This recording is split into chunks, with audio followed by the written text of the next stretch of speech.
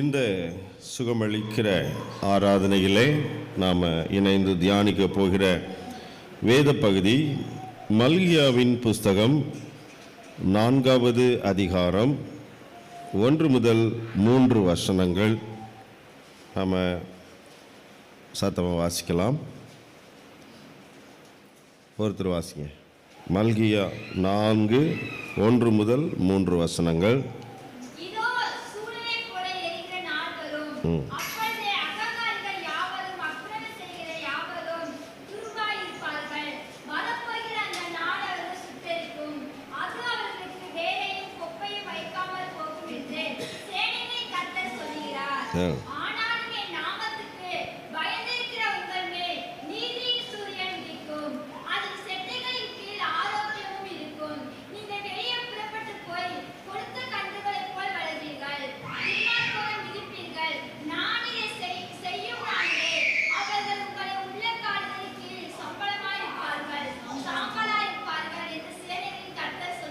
Praise the Lord. Hallelujah.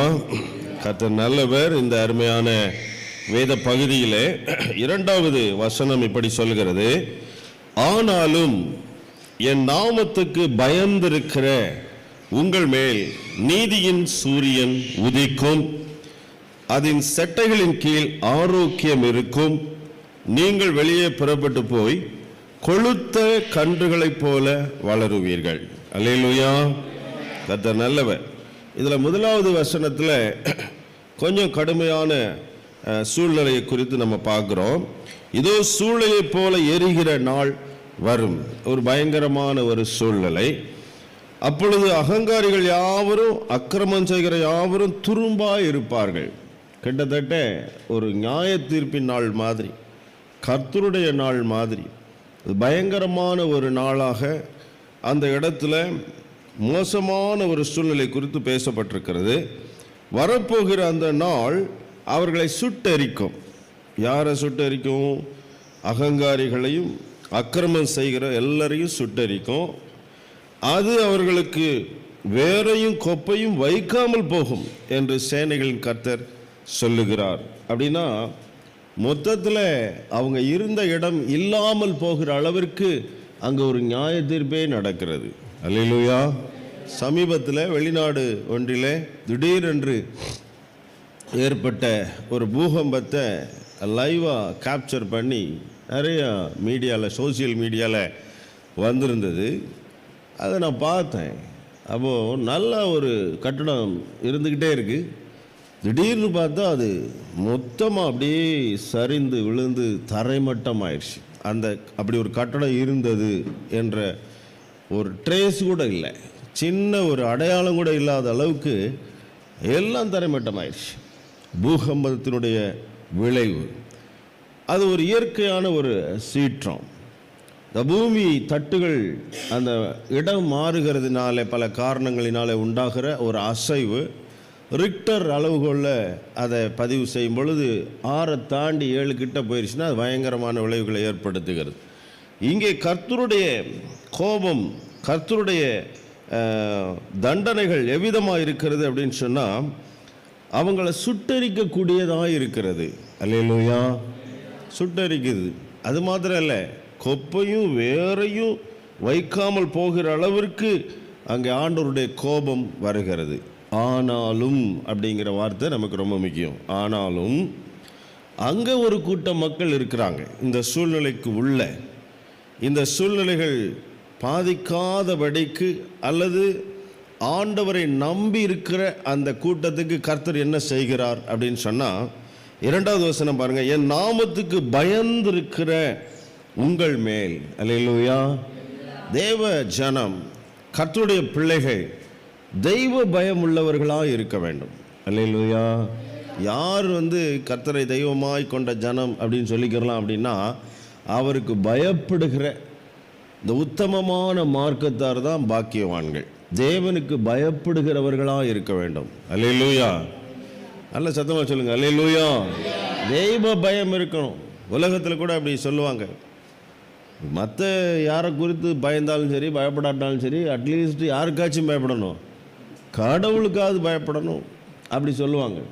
அப்போ தெய்வ பயம் அது இருக்க வேண்டும். இந்த இடத்துல பாருங்க, ஆனாலும் என் நாமத்துக்கு பயந்திருக்கிற உங்கள் மேல். ஆண்டவருக்கு பயப்படுகிறவர்கள் கவலைப்பட வேண்டிய அவசியமே கிடையாது. ஒருவேளை சூழ்நிலைகள் எவ்வளவு பாதகமாக இருந்தாலும், எவ்வளவு மோசமானதாக இருந்தாலும், இந்த பக்கம் ஒரு 1000 பேர், இந்த பக்கம் ஒரு 10000 பேர் விழுந்து கொண்டிருந்தாலும், அல்லது 23வது சங்கீதத்தில் நம்ம வாசிக்கிற மாதிரி மரண இருளின் பள்ளத்தாக்கு வழியே கடந்து போய் கொண்டிருந்தாலும், அல்லது பயங்கரமான வியாதிகள், வேதனைகள், சோதனைகள், துன்பங்கள், துயரங்கள் எல்லாம் அடுக்கடுக்காக வந்து, ஒரு சிலர் சொல்லுவாங்க, ஐயோ எனக்கு யோபுனுடைய வாழ்க்கையில் வந்த சோதனைகளை விட எனக்கு என்னவாயிருச்சு, அதிகமாயிருச்சு அப்படி சொல்லி அங்கலாய்ப்பாங்க. தனக்கு வந்த துன்பங்கள் அதை விட அதிகம் என்று சொல்லுகிறவங்களாம் இருக்கிறாங்க. அந்த அளவுக்கு துன்பங்களே வந்திருந்தால் கூட பரவாயில்ல, பயப்பட வேண்டிய அவசியம் இல்லை. காரணம், நாம் கர்த்தருக்கு பயப்படலாக இருக்கும் பொழுது தேவன் அந்த இடத்துல கிரியை செய்கிறார். அல்லேலூயா. தாவீதால அதனால் சொல்ல முடியுது, கர்த்தருக்கு பயப்படுகிற ஒரு பயம் அவனுக்குள்ளே இருந்ததுனால, நான் மரண இருளின் பள்ளத்தாக்கிலே நடந்தாலும் பொல்லாப்புக்கு என்ன செய்ய மாட்டேன், பயப்பட மாட்டேன். இன்னும் நம்பிக்கை இருக்கிறது. நம்முடைய ஆண்டவர் இன்னும் எல்லாவற்றையும் தன்னுடைய கட்டுப்பாட்டில் வைத்திருக்கிறார். மனிதன் அவ்வளவுதான் அப்படின்னு சொன்னா கூட, அல்லது மருத்துவ அறிவு இவ்வளவுதான் அப்படின்னு சொன்னா கூட, அல்லது உலக ஞானத்தில் நாங்கள் பல பேரை கவனிச்சிருக்கிறோம், இதனுடைய காரியம் அவ்வளவுதான் அப்படின்னு சொன்னா கூட, அதெல்லாம் தாண்டி கிரியை செய்கிறவர் நம்முடைய ஆண்டவர். அல்லேலூயா, அல்லேலூயா. ஏன் அவர் அப்படி கிரியை செய்கிறார் அப்படின்னா, அவர் தனக்கு பயப்படுகிறவர்கள் மேல் அக்கறை உள்ளவராக இருக்கிறார்.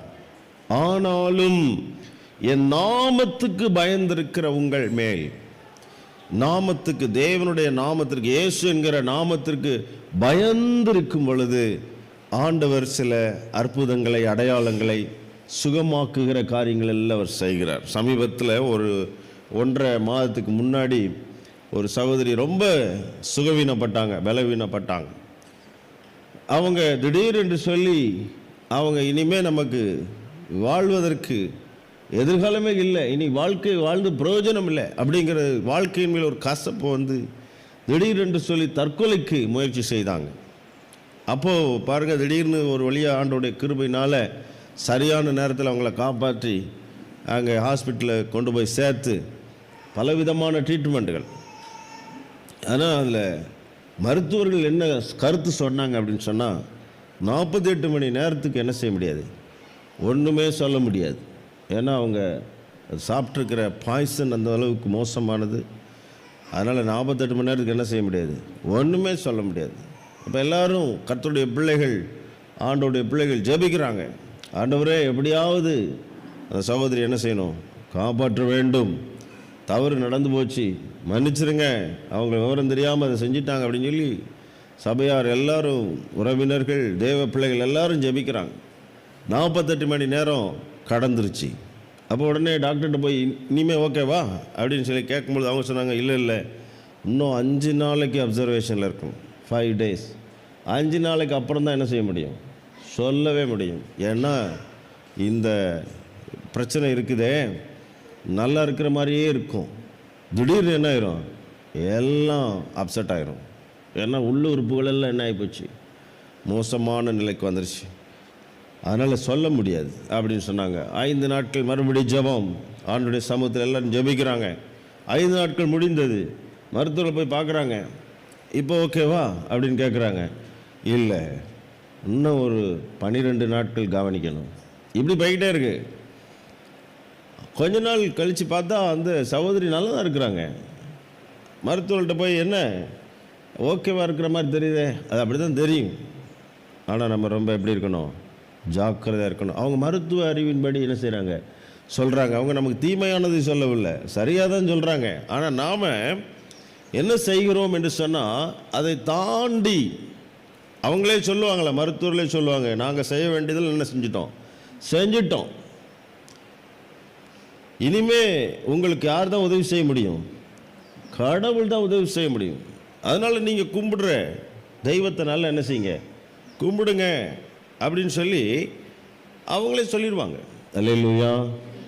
அப்போது நாம் அதுக்கு முன்னாடியே நம்ம கும்பிடுவோம். இப்படி சொல்லிட்டா இன்னும் நம்ம நல்லா என்ன செய்வோம், கும்பிடுவோம், ஆண்டவரை தேடுவோம்.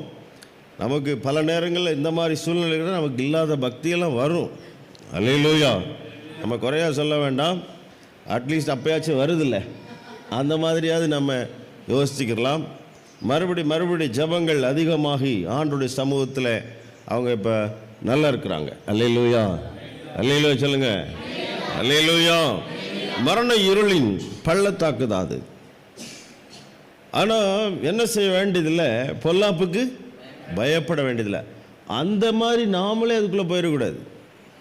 அது தவறான ஒரு காரியம். அநேகர் இந்த உலகத்தில் உள்ள பிரச்சனைகளை நினைத்து, போராட்டங்களை நினைத்து தங்களை தாங்களே மாய்த்து கொள்ளுகிற சூசைடு அந்த அட்டம்ப்ட்ஸ், அதெல்லாம் தவறான ஒரு காரியம். வேதம் அதுக்கு ஒரு கால் என்ன செய்யலை, ஒத்துக்கொள்ளவே இல்லை. அல்லேலூயா.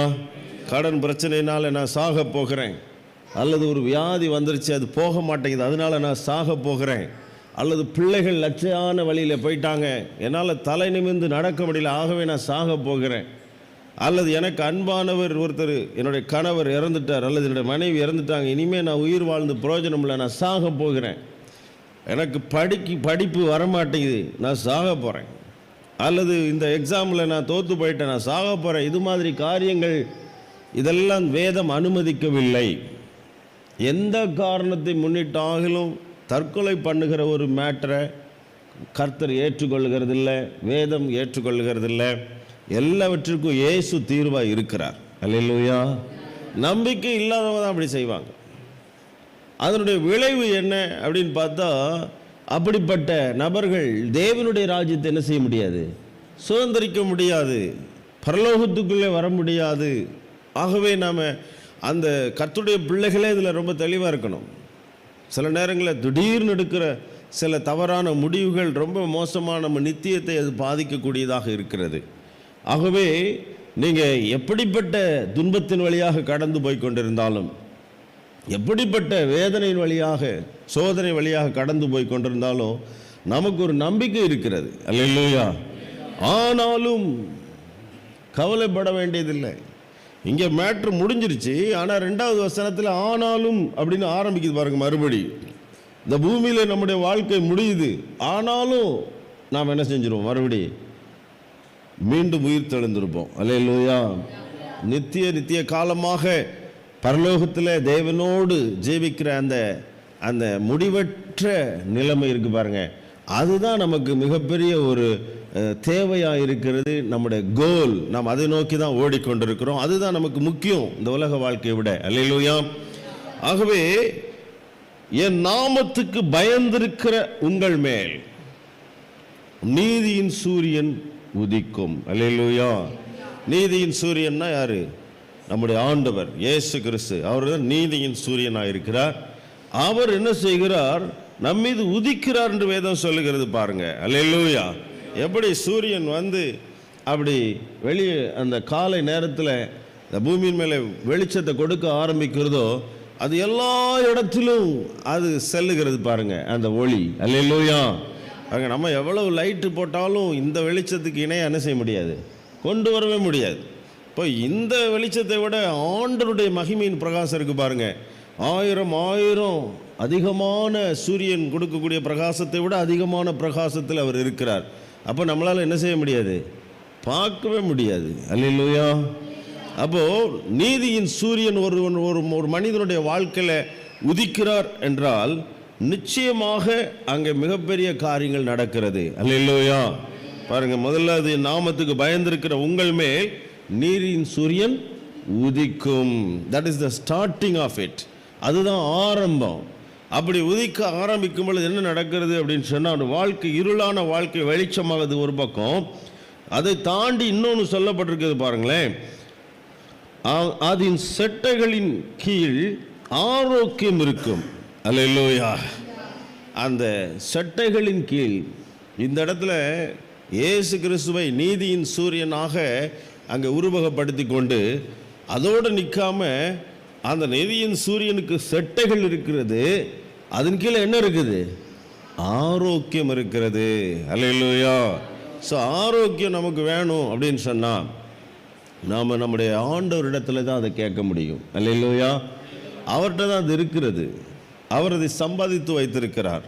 ஏசாயா தீர்க்கதரிசியின் புஸ்தகம் 53வது அதிகாரத்தை நீங்கள் வாசித்து பார்ப்பீங்கன்னு சொன்னால் அதில் 5வது வசனம் பாருங்கள், சிறப்பாக இருக்கும். நான் வாசிக்கிறேன்.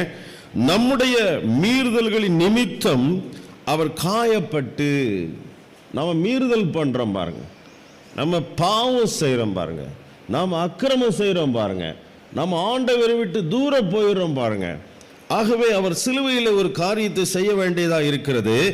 நம்முடைய மீறுதல்களின் நிமித்தம் அவர் காயப்படுகிறார். அல்லேலூயா. அவருக்கு காயம் வந்ததுக்கு காரணம் என்ன அப்படின்னு சொன்னால், அவர் பொல்லாத மனுஷனாக இருந்தாருங்கிறது இல்லை, அவர் குற்றவாளியாக இருந்தார் என்பதுக்கு அல்ல.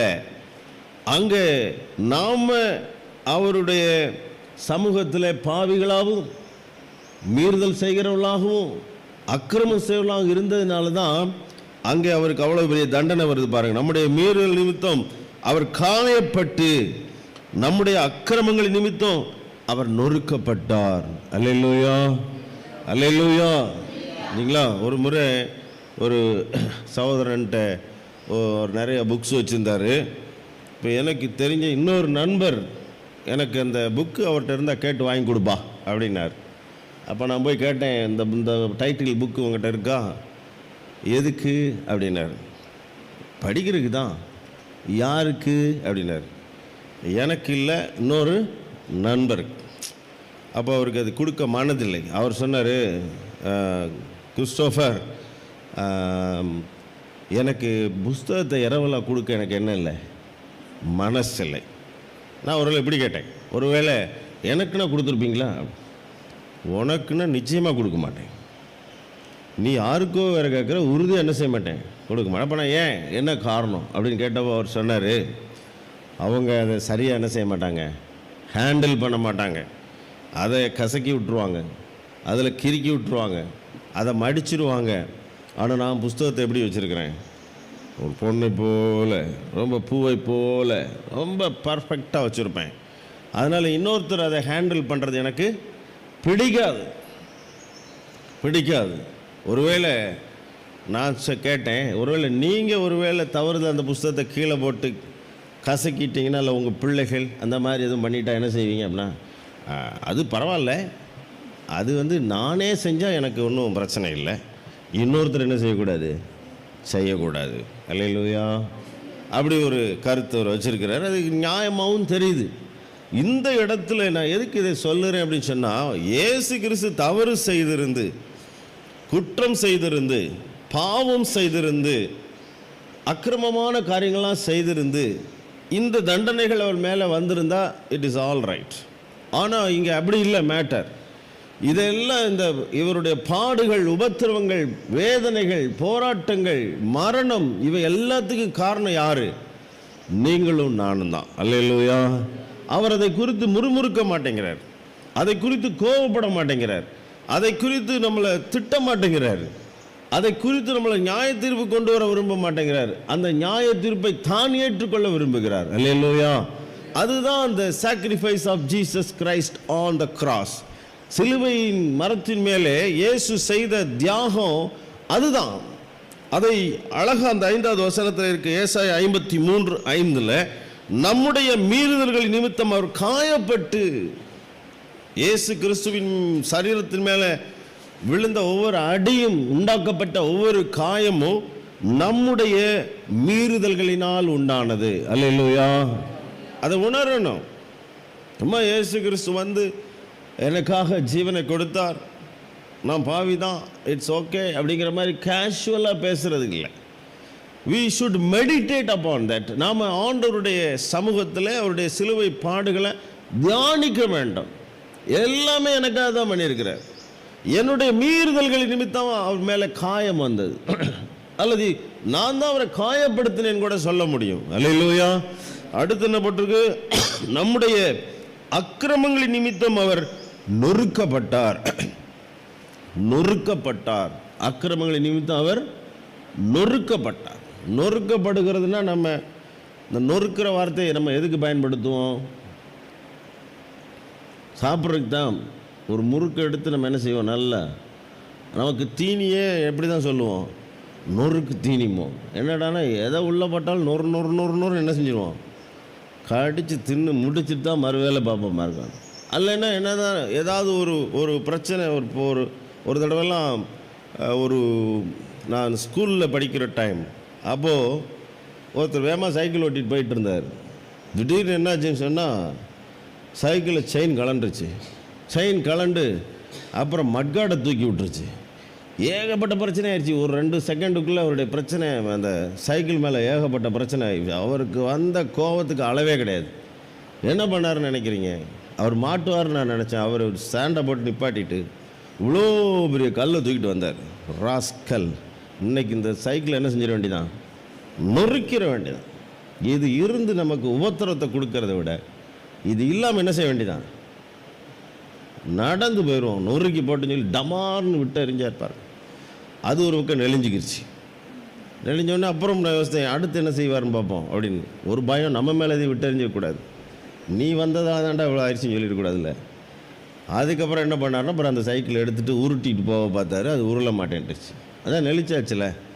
ஒரு பெரிய ஒரு பக்கத்தில் பார்த்துட்டு, ஏன்பா இப்படி பண்ணுற, சும்மா உருட்டிட்டு போனால் கூட என்ன செஞ்சுக்கலாம், போயிருக்கலாம். அப்போயும் பிடிக்கல அவருக்கு. நீ சும்மாரியா, எனக்கு தெரியும் என்ன செய்யணும். அந்த பெரியவர் தலையில் அடிச்சுக்கிட்டே போயிட்ட. நொறுக்குதல் அதை நம்ம நிர்மூலமாக்கும்படி தான் நொறுக்கிறது. எதையுமே நம்ம இயேசு கிறிஸ்துவை நொறுக்கி இருக்கிறாங்க. அவர் நொறுக்கப்பட்டார். உயிர் இருக்கு உடம்புல, ஆனால் என்ன செய்யப்படுகிறது, நொறுக்கப்படுகிறது. இயேசு கிறிஸ்துடைய சரீரம் நொறுக்கப்படுகிறது. எதனால? அங்கே ரீசன் போட்டிருக்கு பாருங்க, நம்முடைய அக்கிரமங்களின் நிமித்தம். அல்லேலூயா. நம்முடைய அக்கிரமங்களின் நிமித்தம் அவர் நொறுக்கப்படுகிறதை பாருங்க. அடுத்து என்ன போட்டிருக்கு பாருங்களேன், நமக்கு சமாதானத்தை உண்டு பண்ணும் ஆக்கினை அவர் மேல் வந்தது. இதுவரைக்கும் ஒரு பார்ட். நமக்கு சமாதானத்தை உண்டு பண்ணுகிற ஆக்கினை, அதாவது இயேசு கிறிஸ்து நமக்காக மரித்தார், நம்முடைய பாவங்களுக்காக மரித்தார், எனக்காக ரத்தம் சிந்தினார். நான் அவரை ஏற்றுக்கொண்டதுனால, அந்த தியாகங்கள் எல்லாம் அங்கீகரித்ததுனால, ஆமாண்டவரே என்னுடைய பாவங்களுக்காக தான் நீங்கள் என்ன பண்ணியிருக்கீங்க, இவ்வளவு பாடுபட்டிருக்கிறீங்க, உமக்கு நன்றி. தொடர்ந்து நான் உம்முடைய பிள்ளையா இருக்க விரும்புகிறேன். பாவத்தோடு ஜீவிக்க எனக்கு பிரியமல்ல. ஆகவே நான் எல்லா பாவங்களையும் அறிக்கை செய்து மன்னிப்பை நான் பெற்றுக்கொள்ளுகிறேன். நீங்கள் என்னை மன்னிக்கணும், உங்களுடைய ரத்தத்தினால் என்னை என்ன செய்யுங்க, கழுவி பரிசுத்தப்படுத்துங்க அப்படின்னு சொல்லி நம்ம மனம் திரும்பி விட்டோம் என்று சொன்னால், இயேசு நம்மளை ரட்சித்துட்டார் என்று சொன்னால் 2 வகையான ஒரு சமாதானம். என்னன்னா, ஒன்று, நான் பரிசுத்தம் அடைந்திருக்கிறேன், தேவன் என்னை பரிசுத்தம் ஆக்கியிருக்கிறார், ஆகவே நான் தேவனுடைய பிள்ளை என்கிற சமாதானம். இன்னொன்று, நான் தேவனோடு ஒப்புரவாகிறதுல எனக்கு சமாதானம் வந்திருக்கு. அல்லேலூயா. இரு திறத்தாரையும் ஒப்புரவாக்குற வேலையை தானே இயேசு பண்ணினார். பரலோகத்தில் இருக்கிற தேவனுக்கும் நமக்கும் இடையில சம்மந்தம் இல்லாமல் போயிடுச்சு, பாவத்தினாலே, அக்கிரமங்களினாலே, மீறுதலினாலே. இந்த 3ஐயும் ஆண்டவர் சிலுவையிலே எல்லாத்தையும் சரி பண்ணினார். நமக்காக எல்லா தண்டனையும் ஏற்று கடந்து போயிட்டார் அந்த பாதை வழியாக. நாம் மரிக்க வேண்டிய இடத்துல அவர் மரித்து விட்டார்.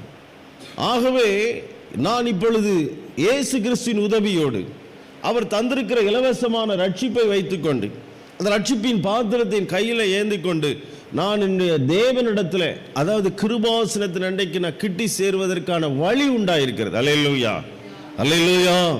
எனக்கு சமாதானத்தை உண்டாக்கி வச்சிருக்கிறார் ஆண்டவர். பாருங்க, நமக்கு சமாதானத்தை உண்டு பண்ணும் ஆக்கினை அவர் மேல் வந்தது.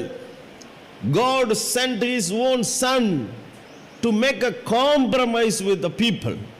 ஜனங்களோடு ஒரு தொடர்பை ஏற்படுத்தும்படி, ஜனங்களோடு சமாதானத்தை உண்டு பண்ணும்படி, தம்முடைய ஜனங்களோடு அவர் மறுபடியும் கூடி உலாவி அவருடைய தேவன் நம்முடைய தேவனாக இருக்கும்படிக்கு, அதை மத்தியஸ்தம் பண்ணும்படிக்கு தான் இயேசு கிறிஸ்துவை பிதாவாகிய தேவன் தம்முடைய வார்த்தை இயேசு கிறிஸ்துவாக இந்த பூமியில் அனுப்பினார். அவர் அதை கரெக்டாக செய்து முடித்தார். ஆகவே நமக்கு சமாதானம் வந்துருச்சு. அல்லேலூயா. அதை தொடர்ந்து இன்னொரு முக்கியமான வேலை, இப்போ அதை தான் தியானிச்சுட்டு இருக்கிறோம்.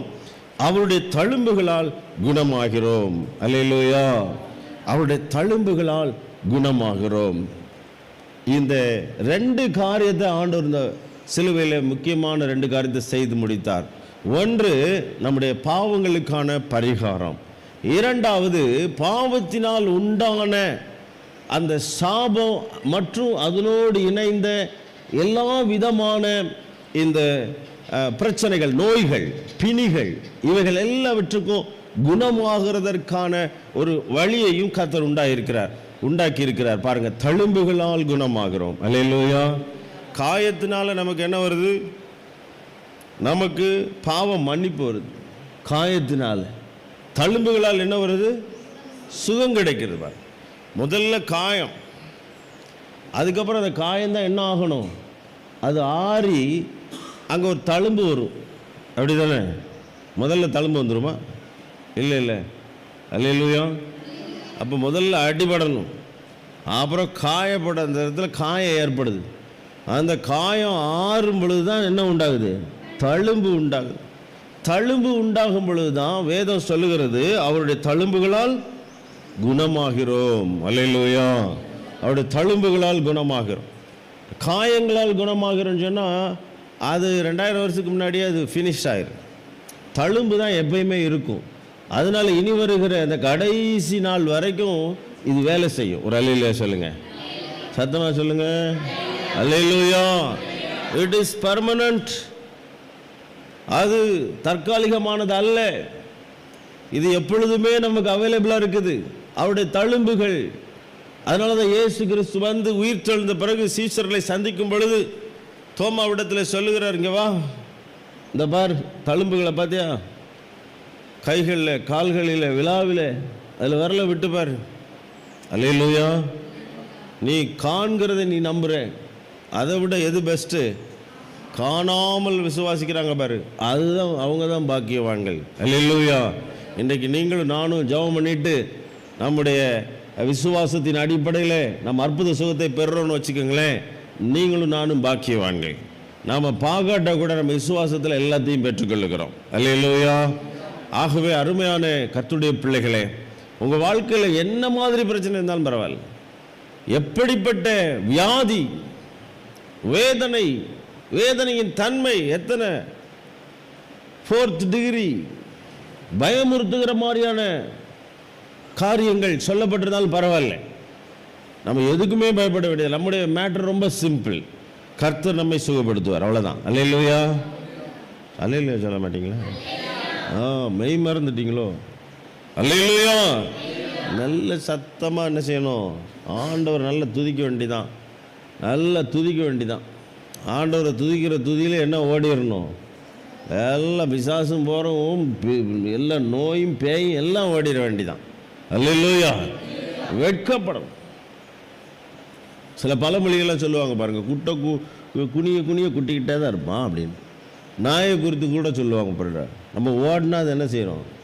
விரட்ட ஆரம்பிச்சிடும். எழுத்துருன்னா என்ன ஆயிரும்? அது ஸ்டன் ஆயிரும். அது மாதிரி தான் நோயும் சரி, பிசாசும் சரி, எல்லாம் அப்படி தான். நாம் அதுக்கு சப்டிவ் ஆகக்கூடாது, நாம் அதுக்கு ஒத்துக்கிறவே கூடாது, அதுக்கு என்ன செய்யக்கூடாது? கீழ்ப்படியவே கூடாது. நம்ம கர்த்தருக்கு மட்டும் என்ன செய்யணும்? கீழ்ப்படியணும். அதுக்கு பதிலாக வேறு மாதிரி பேச ஆரம்பிக்கணும். அல்லேலூயா. இப்போ நம்ம வழக்கத்தில் சில பேர் சொல்லுவாங்க, பார்த்துருக்கீங்களா? வர வர அவன் பேச்சே சரியில்லையே, ஏன் அழுவோம்? நான் ஒன்று சொன்னால் அவன் ஒன்று சொல்லிகிட்டு இருக்கான், நான் ஒன்று செய்டான்னு சொன்னால் அவன் வேற ஒன்று செய்கிறான், நம்ம சொல்கிறது என்ன செய்ய மாட்டேங்கிறான்? கேட்கவே மாட்டேங்கிறானே. சரி, அப்போ என்ன செய்ய போகிறீங்க? அப்படின்னு நமக்கு என்ன, அவனுக்கு நமக்கு ஒத்து வராது சார், நம்ம வேறு யாராவது வச்சு வேலை வாங்கிக்கிறோம், தயவு செய்து அவனை என்கிட்ட அனுப்பாதீங்க வேலை செய்கிறதுக்கு, கையை கழுவிடுவான், நீ போ தம்பின்றாங்க. படிக்கிற இடத்துலையும் அப்படி தான், வேலை செய்கிற இடத்துலையும் அப்படி தான், எல்லா இடத்துலையும் அப்படி தான். நமக்கு ஒன்று ஒத்து வரலைன்னா நம்ம என்ன செய்வோம்? கலட்டி விட்டுறோம். அவ்வளோ எதுக்கு? திருமண வாழ்க்கையிலே இப்போ அப்படி பண்ணிடுறாங்க, கலட்டி விட்டுறாங்க. அல்லேலூயா. என்ன பயந்து போடுமே உட்காந்துருக்குறீங்க? உண்மை தானே? உண்மை தானே? நான் சொல்கிறத கேட்கல. ஒரு சகோதரி எனக்கு ஃபோன் பண்ணி பேசினாங்க, நிறைய சொன்னாங்க. சொல்லி எனக்கு நானே டயர்டாயிட்டேன். அவ்வளோ பிரச்சனைகள், போராட்டம், பிள்ளைகள் மதிக்கலை, என் கணவன் மதிக்கலை, அவங்க எல்லாம் எனக்கு எதிர்த்து பேசுகிறாங்க, அப்படி செய்கிறாங்க, இப்படி செய்கிறாங்க. சரி விடுங்க, நான் எப்படி ஜெபிக்கணும்னு சொல்லுங்கள். எனக்கே இப்போ கன்ஃபியூஸ் ஆகிடுச்சு, நான் எப்படி ஜெபிக்கணும் சிஸ்டர் சொல்லுங்கள். அப்படி ஐயா ரொம்ப சிம்பிள், என் கணவனும் என் பிள்ளைகளும் நான் சொல்கிறபடி கேட்கணும். பிள்ளைகள் நீங்கள் சொல்கிறபடி கேட்பாங்க, உங்கள் கணவர் எப்படி நீங்கள் சொல்கிற கேட்பாங்க, கேட்கணும். ஜெபம் பண்ணுங்க அப்படிங்கிறாங்க. இப்போது அதுலேருந்து என்ன தெரியுது பாருங்களேன், நம்ம சொல்கிறபடி யாரும் செய்யலைன்னா நமக்கு என்ன செய்யாது, பிடிக்கலை, போயிடுறாங்கல்ல, நம்மளை விட்டு என்ன செஞ்சிடுறாங்க, போயிடுறாங்க. உயர் அதிகாரியே கூட ஒரு ஒரு ஒரு பேங்க்கில் அப்படி தான் நடந்துச்சு. ஒரு கிளர்க்கு வந்து அவர் அப்ரோச் பண்ணும்போது அவர் செய்ய மாட்டேன்ட்டார். அவர் மேலதிகாரியில் பற்றி என்னங்க ஒரு ரூல்ஸ் இருக்குது, அவர் ஏன் செய்ய மாட்டேங்கார், அவர் எங்களுக்கே செய்ய மாட்டார், உங்களுக்கு எப்படி செய்வார். அப்புறம் அடுத்து என்ன செய்கிறது, அவ்வளோதான் உங்கள் தலையெழுத்து. அல்லேலூயா. சும்மா அல்லேலூயா சொல்லுங்கள். உங்களை அல்லேலூயா சொல்ல வைக்கணும்னா பெரும்பாடாக இருக்கும் போல தெரியுதே. இது வேற வச்சுன்னு நினைக்கிறேன். சரி, இருக்கட்டும். அப்போது பாருங்கள், பிடிக்கலை, நம்ம சொல்கிறதுங்க நடக்கலை அப்படின்னா நம்ம என்ன செய்ய விரும்புகிறோம், வேண்டாம் அப்படின்னு சொல்லிட்டு விலக விரும்புகிறோம். இதே தான் நோயும் பேய். நோயும் பேய் இது தான். எப்படின்னா நோய்க்கு தெரியும், அதை மேனிப்புலேட் பண்ணுறது பிசாசு பின்னாடி இருந்து ஒரு ஆவி மேனிப்புலேட் பண்ணுது. இப்போ நீங்கள் அந்த நோய் உங்களை என்னெல்லாம் செய்ய விரும்புதோ அதை செய்ய மாட்டேன்னு நீங்கள் சொல்ல ஆரம்பிச்சிட்டிங்கன்னா அதுக்கு உங்களை பிடிக்காது. ஒரு அல்லேலூயா சொல்லுங்கள், சத்தமாக சொல்லுங்கள். நீங்கள் சத்தமாக சொல்லலைன்னா எனக்கு உங்களை பிடிக்காது. நான் பாட்டை முடிஞ்சிருச்சா கிளம்பிடுவேன். அல்லேலூயா. அப்போ ஒரு காய்ச்சல் அடிக்குது, கொதிக்குது, நம்ம என்ன சொல்ல ஆரம்பிப்போம், காய்ச்சல் இப்போ எப்படி இருக்குன்னு அந்நேரம் வந்து ஒருத்தன் கேட்டான்னு என்ன சொல்லுவோம், பயங்கரம். நம்ம சாதாரணமாகவே பேச தெரியாதில்ல, எக்ஸாகரேட் பண்ணி தான் பேசுவோம். நம்ம இப்போ இந்த இடத்துல ஒரு 50 பேர் இருக்கிறீங்கன்னு வச்சுக்கோங்களேன், நான் போய் வெளியே போய் எவ்வளோ பேர் இருந்தாங்க அப்படின்னு கேட்டால் எனக்கு 50ன்னு சொல்கிறதுக்கு போல் என்ன தான் சொல்ல வாய் வருது, ஒரு 500ன்னு சொன்னால் நல்லாயிருக்கும் போல தெரியும். அல்லேலூயா. அப்படி தான் சொல்லிக்கிட்டு அலையிறீங்களான்னு கேட்டுறாதீங்க. நம்ம எக்ஸாகரேட் பண்ணுவோம். இப்போ நம்ம சரியாக படிக்க மாட்டோம், போய் பரீட்சையில் வந்து நம்ம நல்ல மார்க் எடுக்க மாட்டோம். ஆனால் நம்ம எப்படி படித்தீங்க நீங்கன்னு கேட்டால் என்ன சொல்லுவோம், சூப்பராக படித்தேன். இன்னும் சொல்ல போனால் மற்ற பரீட்சைக்கெலாம் நான் சரியாக படிக்கலை, இதுக்கு தான் நான் நல்லா படித்தேன். ரெண்டு பேர், ரெண்டில் ஒரு ஆள் லூஸாக இருக்கணும். ஒன்று எழுதுனவன், இன்னொன்று திருத்தினது. அப்படின்னா தான் நீங்கள் சொல்கிற கணக்கு சரியாக வருது. அப்போ பாருங்கள், அப்போ காய்ச்சல் எப்படி என்ன காய்ச்சல் சரியாயிருச்சா, ஆமாம் நல்லா சரியாயிடுச்சு. இப்போ தான் என்ன பண்ணிகிட்ருக்கு, ஒருத்தர்கிட்ட கேட்டேன், என்னங்க ரொம்ப காய்ச்சல் அடிக்கும் கேள்விப்பட்டேனே, ரொம்ப அடிக்குதா, 100 இருக்குமா, 101 இருக்குமா, 106 இருக்குன்ட்டார். 106? யோ 104க்கே எல்லாம் ஃபிட்ஸு வந்துடும், ஜன்னி வந்துடும், ரைடு வந்துடும், என்னென்னமோ வந்துடும், மூளை எல்லாம் டேமேஜ் ஆயிருங்கிறாங்க, 106ங்கிறேன். விடுங்கண்ணே, நான் ஒரு ஃப்ளோவில் சொல்லிட்டேன், நீங்கள் அதெல்லாம் கணக்கு வச்சிட்ருக்கீங்க. அப்போ நம்ம என்ன பேசுகிறோம்னே நமக்கு தெரியாது. ஆனால் ரொம்ப அதிகமாக பேசி பழகிட்டோம். அல்லேலூயா. ஒரு 5 நிமிஷம் கஷ்டப்பட்டு நீங்கள் ஜெபம் பண்ணியிருப்பீங்க. எவ்வளோ நேரம் ஜெபம் பண்ணீங்க, எப்படி ஒரு அரை மணி நேரம் இருக்கும். அதில் ஒரு சந்தேகம் வேறு இருக்கும். அது ஒழுங்காக ஜெபம் பண்ணால் கரெக்டாக சொல்லிடுவேன். நம்ம தோராயமாக பேசினோம்னா தான் டிஸ்டார்டட் பிக்சர்ஸ் கொடுப்போம். நம்ம லெஃப்ட் அண்ட் ரைட் விலகுவோம். ஆனால் லெஃப்ட் அண்ட் ரைட் விலகிறதை வேதம் அனுமதிக்க மாட்டேங்குது. அல்லேலூயா. வழி இதுவே, இதுலையே நடவுங்க. நீங்கள் வலதுபுறம் இடதுபுறம் என்ன செய்யாதீங்க, சாயாதீங்க எல்லா விஷயத்துலேயும். அல்லேலூயா. அப்போ பாருங்களேன், நமக்கு பிடிக்கலைன்னா நாம் அதை விட்டு விலகிற மாதிரி, எதை விட்டும் நம்ம விலகிற மாதிரி அந்த நோய் என்ன செய்ய ஆரம்பிக்குது அப்படின்னா, காய்ச்சல் அடிக்குது, உட்கார முடியல, உட்காருவேன், நான் உட்கார தான் செய்வேன். அதுக்கு ஆப்போசிட்டாக ஆண்டவர் மேலே வைக்கிற நம்பிக்கையின் அடிப்படையில் நீங்கள் என்ன செய்ய வேண்டியதான், அதை எதிர்த்து போராட வேண்டிதான். அல்லேலூயா. எதிர்த்து போராடணும். விசுவாசத்தை அப்படி அபியாசப்படுத்தணும். விசுவாசத்தை ஒர்க் அவுட் பண்ணி பார்க்கணும். ஆண்டவர் நிச்சயம் உங்களுக்கு ஹெல்ப் பண்ணுவார். அல்லேலூயா. அவர் முழு பரீட்சை நடத்துகிறவர் இல்லை, எப்போ பார்த்தாலும் ஞாபகம் வச்சுக்கோங்க. இதை இயேசு கிறிஸ்து உங்கள் விசுவாச வாழ்க்கையில் எப்போ பார்த்தாலும் முழு பரீட்சை நடத்தி உங்களுக்கு உடனே மார்க் போட்டு பாஸ் ஃபெயில்னு சொல்கிறவர் இல்லை. உங்களுக்கு எப்பயுமே கொஞ்சம் கொஞ்சமாக உங்களை கைடு பண்ணி உங்களை பலப்படுத்தி உங்களுக்கு சகலத்தையும் கற்றுக் கொடுக்க தான் விரும்புகிறார் பரிசுத்த ஆவியானவர் மூலமாக. அல்லேலூயா, அல்லேலூயா. அப்போ நாம் அந்த நோயை கண்டுக்கிறவே கூடாது. வலிக்குது அப்படின்னா நம்ம சும்மா சொல்லணும், வாயை திறந்து என்ன செய்யணும், வலிக்கலை, பொய் சொல்கிறோமோ அப்படிங்கிற அந்த சிந்தனை ஒன்று வரும் பாருங்க உங்களுக்கு. ஆனால் நீங்கள் அதை அப்படி நினைக்காதீங்க. நம்ம அதை மேற்கொள்வதற்காக ஆப்போசிட்டாக நம்ம என்ன செய்கிறோம், பேசுகிறோம். வேதம் சொல்லியிருக்கல, பலவீனன் எவனும் தானே எப்படி சொல்லணும், பலவான் என்று சொல்வானாக. அப்படின்னா பலவீனமாக தான் இருக்கும், ஆனால் என்ன சொல்ல வேண்டியிருக்கு. இப்போ பாருங்களேன், கோலியாத்தை எடுத்துக்கங்க, அவன் பயங்கரமான ஆள்னு சொல்லி வேதத்தில் போட்டிருக்கு. தாவீதை எடுத்துக்கங்க, அவன் ரொம்ப சின்ன பையன், அழகாக இருக்கிறான், சின்ன பையனாக இருக்கிறான், அவனுக்கு யுத்த சமத்தெல்லாம் அவன்கிட்ட கிடையாது, அவன் ஆடு மேய்க்கிறவன்.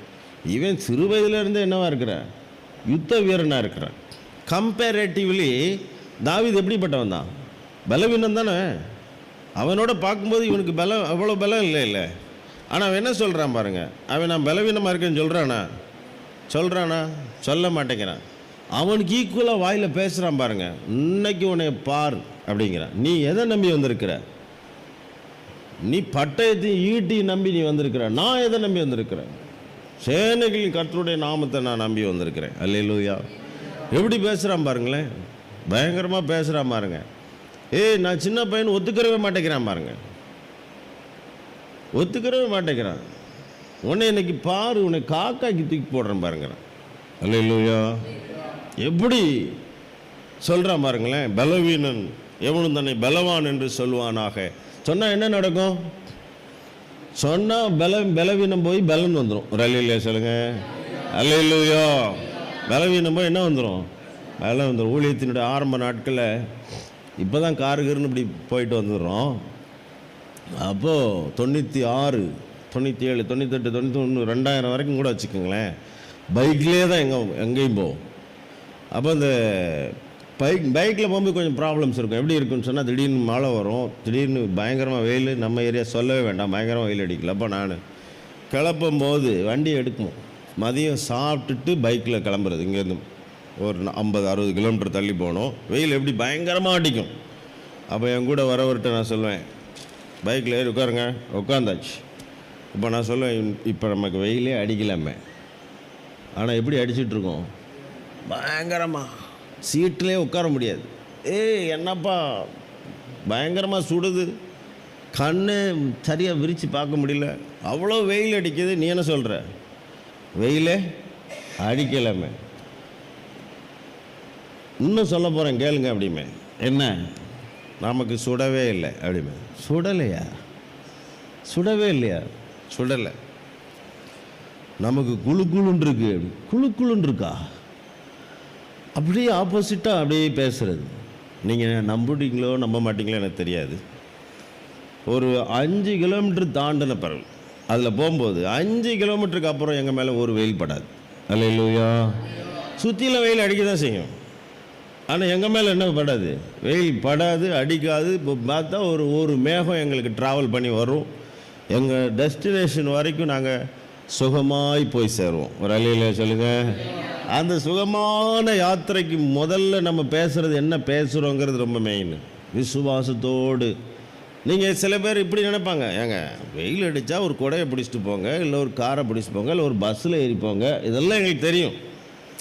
அதுக்கெல்லாம் ஆண்டவரை நம்ம இழுக்க முடியுமா, இழுக்க முடியாது. ஆனால் இதுக்கு நம்ம ஆண்டவரை இழுப்போம், நம்ம விசுவாசத்தை வச்சு. அல்லேலூயா. நமக்கு உதவி செய்கிறதுக்கு ஒருத்தர் இருக்கார்ப்பா, அவர் நமக்கு உதவி செய்வார் பாருங்க. ஆனால் நீங்கள் சரியானதை பேச தெரியணும். அல்லேலூயா. நீங்கள் நம்பிக்கையாக பேசுங்க. உங்கள் வியாதி போயிடுச்சின்னு சொல்லுங்கள். ஒருவேளை உங்களுக்கு அது சொல்கிறதுக்கு சார் தயக்கமாக இருக்குது, ரொம்ப வெக்கமாக இருக்குது, ஒருவேளை என்னை லூஸுன்னு நினச்சிட்டா என்ன செய்கிறது, ஓகே, அப்போ நான் இன்னொரு ஐடியா சொல்லித்தரேன் உங்களுக்கு. நீங்கள் எந்த இடத்துல இருந்தாலும் சரி, எப்படி கிடந்தாலும் சரி, எந்திரிச்சு உட்காந்துருந்தாலும் சரி, நீங்கள் ரூமை பூட்டிட்டு நீங்களா உங்களுக்கு வாய்க்கு வந்தபடி நீங்கள் நல்ல விஷயமா பேசுங்க. கொஞ்சம் நேரத்துக்கு உங்களுக்கு என்ன செய்தோ அது இல்லைன்றங்க. தலை வலிக்குதா, தலை வலிக்கலை, இதெல்லாம் கேட்டவுடனே பிசாசுக்கு தலைவலி வந்துடும். அல்லேலூயா. தலை வலிக்கலை, கண் நெருங்குதான், கண் எனக்கு நெருன்னு இல்லை, நல்லா தான் இருக்குது. கண்ணை திறக்க முடியல, கண்ணை திறப்பேன், அதான் முடியுது. இப்படியே என்ன செய்யணும்? சொல்லணும். விசுவாசன்றது அப்படி தானே. வேறு ஏதாவது உங்களுக்கு தெரியுமா? தெரிஞ்சால் சொல்லிக் கொடுங்க, நானும் ட்ரை பண்ணுறேன். ஆனால் எனக்கு இப்படி ஈஸியாக தெரியுது. அல்லேலூயா. எதுனாலும் ஆண்டவர் உதவி செய்வார். விசுவாசத்தை கனம் பண்ணுறாருல அவர். அல்லேலூயா. விசுவாச பாதையில் நம்மளை நடத்த விரும்புகிறார்ல, அதை வச்சுட்டு தான் நம்ம சொல்ல முடியும். சின்னவன் ஆயிரமும் சிறியவன் பலத்த ஜாதி மாவனா பை ஃபெய்த் ஒன்லி. விசுவாசத்தை கொண்டு தான். நீங்கள் விசுவாசம் இல்லாமல் ஒரு அற்புத சுகத்தை ஆண்டவர்கிட்ட வந்து பெற்றுக்கொள்ளவே முடியாது. அல்லேலூயா. Start speaking it. அது பேச ஆரம்பிங்க, அப்படியே ஜெபிக்க ஆரம்பிங்க. அப்படியே அந்த அந்த விசுவாசத்தினுடைய ஒரு ஸ்டெப்பு தான் அந்த சுகம் கிடைக்கிறதுக்கு முன்னாடியே ஆண்டவருக்கு நன்றி செலுத்துறது. நல்லா ஸ்தோத்திரம் பண்ணுங்க, நல்லா துதிங்க. ஆண்டவர் எனக்கு சுகப்படுத்திட்டார், என்னை சரிப்படுத்திட்டார். நீங்களாம் ஒரு டெஃபினிஷன் கொடுக்காதீங்க. எல்லாம் சரிதான், விசுவாசத்தில் எல்லாம் சரியாயிரும், ஆனால் எனக்கு இருக்கிற வியாதி அப்படி போகாது. இப்படி நீங்கள் என்ன ஸ்பெஷலைஸ் பண்ண வேண்டாம். அந்த மாதிரி என்ன செய்ய வேண்டாம், பேச வேண்டாம். ஏன் பாஸ்டர் இப்படி சொல்கிறீங்க? எனக்கு தெரியும், அதில் பிசாசு லைட்டாக ஒரு செக் வச்சு உங்களை காலி பண்ணிடுவான். எல்லா கழுதையும் ஒன்று தான். ஒரு அல்லேலூயா சொல்லுங்க. அல்லேலூயா. சத்தமாக சொல்லுங்க. விசுவாசம் நம்ம சும்மா விசுவாசிக்க சொல்லலாம். ஆண்டவர் எல்லாமே நான் செய்து வச்சுட்டேன்ப்பா, சிலுவையில் எல்லாமே செஞ்சு வச்சுட்டேன், அதை போய் நீ எடுத்துக்கிற வேண்டியதானே. ஒரு ஸ்வீட் ஸ்டால் செல்ஃப் சர்வீஸ்ன்னு போட்டு வச்சுருக்கிறான்னு வைங்களேன்.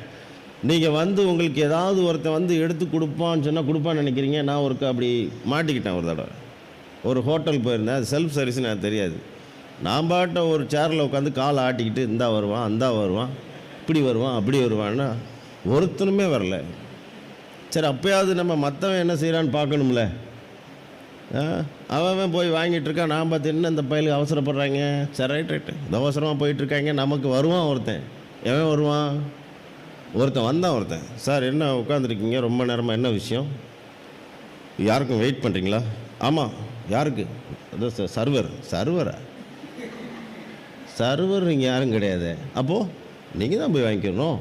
பார்க்கலையா? என்ன பார்க்கல? இந்தா பார்த்தீங்களா, செல்ஃப் சர்வீஸ் போட்டிருக்கா. ஆமாம். அப்படின்னா நீங்களாக போய் வாங்கிக்க வேண்டியதான். முதல்ல போய் டோக்கன் வாங்கணும், காசை கொடுத்து. அப்புறம் அதை வந்து நீங்கள் கவுண்டரில் கொடுத்தீங்கன்னா உங்கள் தட்டை நீட்டினீங்கன்னா உள்ள டொக்குன்னு வச்சு விட்ருவேன் நீங்கள் கேட்டதை. அப்புறம் போய் நீங்கள் தின்னுட்டு தட்டை தூக்கி அங்கே வச்சுட்டு போயிடணும். இது எனக்கு முதல்ல தெரிஞ்சிருக்க வேண்டியதானே, அதான் எழுதி போட்டிருக்கல. இதே தான் கிறிஸ்தவங்களுடைய நிலைமை. என்னெல்லாம் எழுதியிருக்கோ எல்லாத்தையும் கையில் வச்சுக்கிறது, இப்படி இடிக்கிறது. ஆனால் அது எதையுமே அப்ளை பண்ணுறது கிடையாது. அருமையான கர்த்தருடைய பிள்ளைகளே, த ஃபால்ட் இஸ் அவர்ஸ். பிரச்சனை யார்கிட்ட இருக்குன்னா நம்மகிட்ட இருக்க, ஆண்டவர்கிட்ட உறுதியாக கிடையாது. அல்லேலூயா.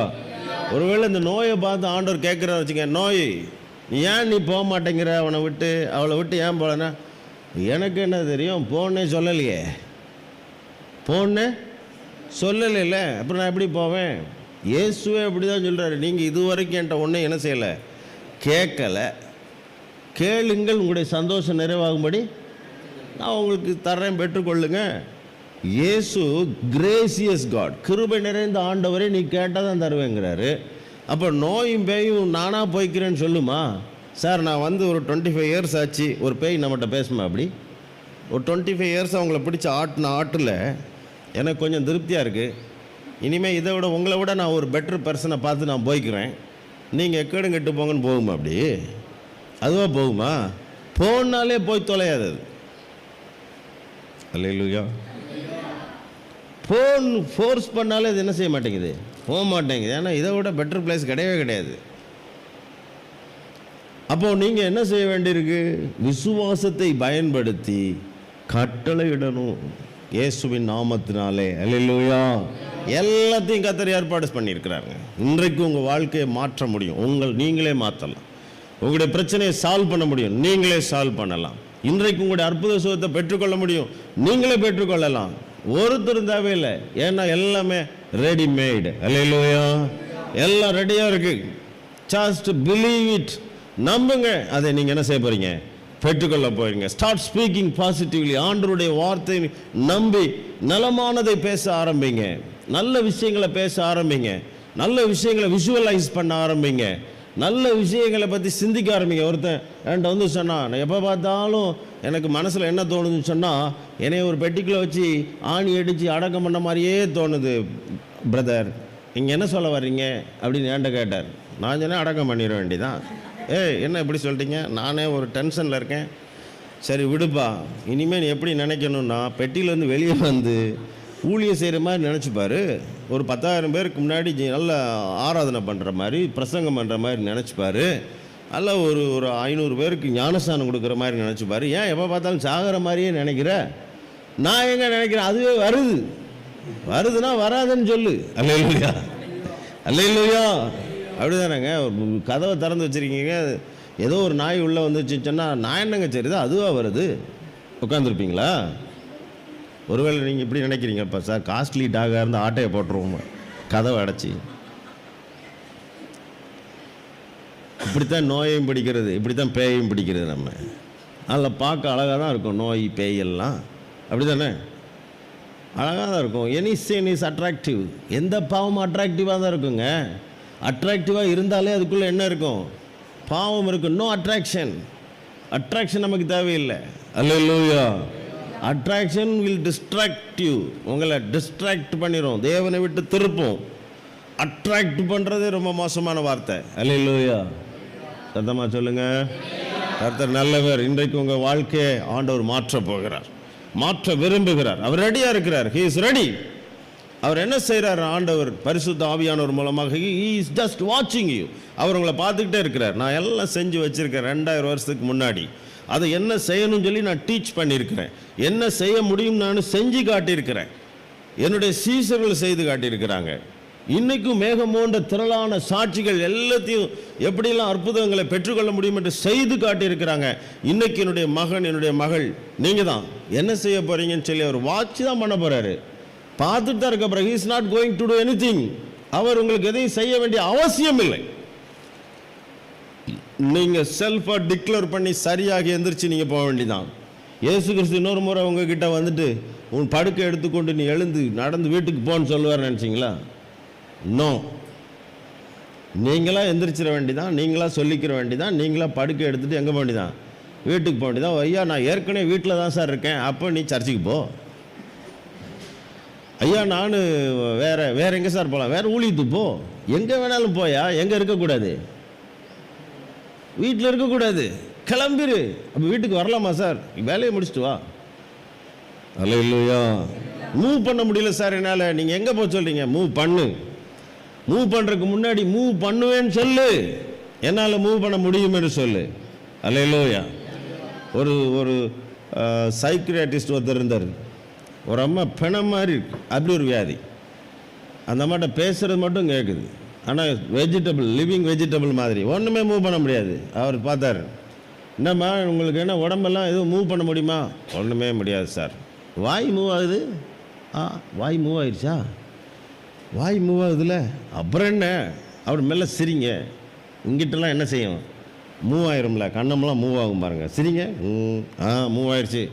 நீங்கள் இப்படின்னு சொல்லும்போது மூக்கு நெற்றியெல்லாம் மூவ் ஆச்சே. அப்படியா? மூவ் ஆகலைன்னாங்க. அது தலையே ஆடிடுச்சு. தலை என்ன ஆயிடுச்சு? ஆடிடுச்சு. தலை ஆட்டும் போது கழுத்து வேறு ஆடிச்சே அப்படின்னு சொல்லி கடைசியில் எல்லாமே ஆடிடுச்சு. ஒரு அல்லேலூயா சொல்லுங்கள். அல்லேலூயா. அவர் சொன்னார், ஏமா நீ ஊரை ரொம்ப நாளாக ஏமாற்றிட்டு இருக்க, நீ எந்திரி, முதல்ல எந்திரி. நீ டபக்குன்னு எந்திரிச்சு உட்காந்துருச்சு. கிளம்பு. நீயா நினச்சிக்கிட்ட இதை செய்ய முடியல, அதை செய்ய முடியல. அப்படி சிலர் அப்படி சொல்லிக்கிறாங்க பாருங்க. எங்கே வேலை சொல்லிடுவாங்களும் சிலர் பொய் சொல்கிறது. இப்போல்லாம் எனக்கு குறுக்கு வலிக்குது. வசனம் சொல்லி குறுக்கு வலிக்குன்னா வலிக்கலன்னு சொல்ல. நீ வேலை சொல்லிடுவாங்களேன்னு வலிக்குதுன்னு சொன்னால் கடைசியில் உண்மையிலே வலிக்கும். வலிக்காதுன்னு சொன்னால் வலிக்காமல் போயிடும்னு சொன்னால், வலிக்குதுன்னு சொன்னால் வலிக்கும்ல. ஃபார்முலா ஒன்று தானே. மரணமும் ஜீவனுமே எங்கே வச்சுருக்கிறார் ஆண்டவர்? ஆமாம். அதான் காலையில் எழுந்து பகல் விளக்கி நல்லா வாயை கொப்பிடிச்சு நல்லா பைபிள் வாசித்து நல்ல பாட்டெல்லாம் பாடி சோத்திரம் பண்ணி ஆராதனை பண்ணி வாயை ஒழுங்காக வச்சுருக்கணும். அப்போ தான் வார்த்தை என்ன எப்படி வரும்?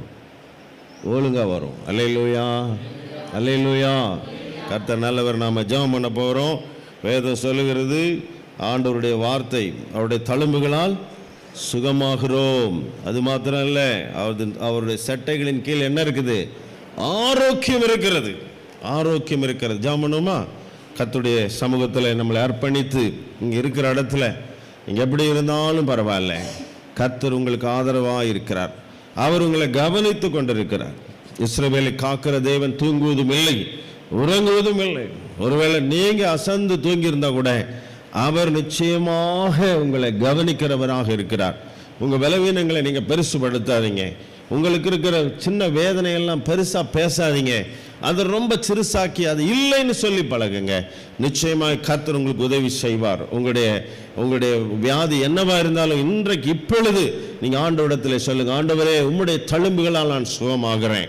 என்னுடைய இந்த வியாதி என்னை விட்டு நீங்கினதுக்காக உமக்கு ஸ்தோத்திரம். இந்த பிரச்சனை என்னை விட்டு நீங்கினதுக்காக ஸ்தோத்திரம்.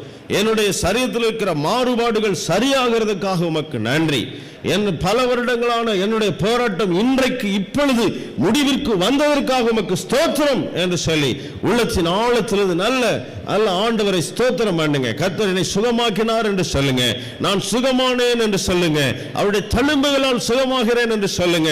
அது உண்மையான ஒரு வார்த்தை, உண்மையான ஒரு சத்திய வார்த்தை. அது அவருடைய தழும்புகளால் நாம சுகமாகிறோம். ஹல்லேலூயா.